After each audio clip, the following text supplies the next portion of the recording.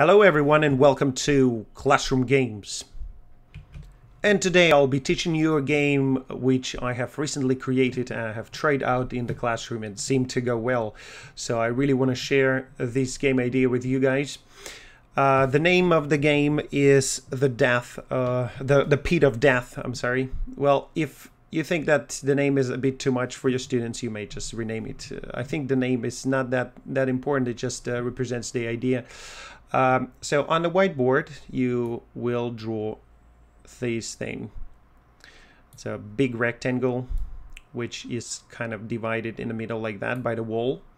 And there will be two ropes and two figures hanging from a rope, just like that. Just to exaggerate, you can, make silly faces here or scared faces or whatever.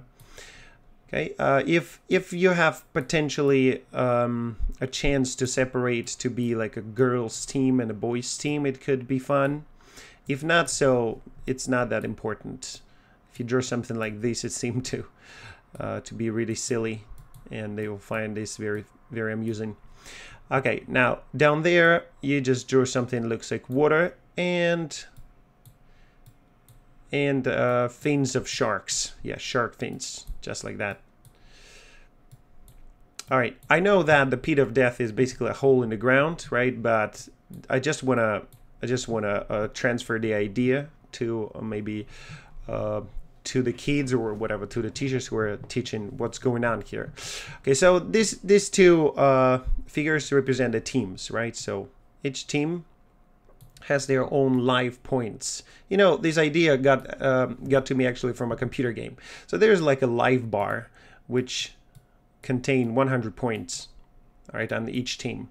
Okay, there are a couple of ways to actually play this, right? So let me show you the difficult way for older children.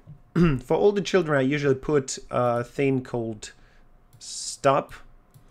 It's kind of like one extra life or something that I would give them. And I will explain how to use that just in a moment. All right, so to play this one, obviously, you do your routine things such as writing on the board, answering questions or whatever. And then you would have to use a deck of cards. All right, so you take your cards out of the box and just spread them on the table.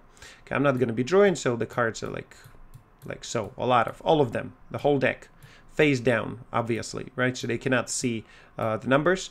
So after answering correctly, the students, but pay attention, if we play in this harder version, right? So it's certainly like permanent for the students. They must come one by one. They should not be any competition. It's just like one team, then another team, and one team, another team. So they just take turns, all right?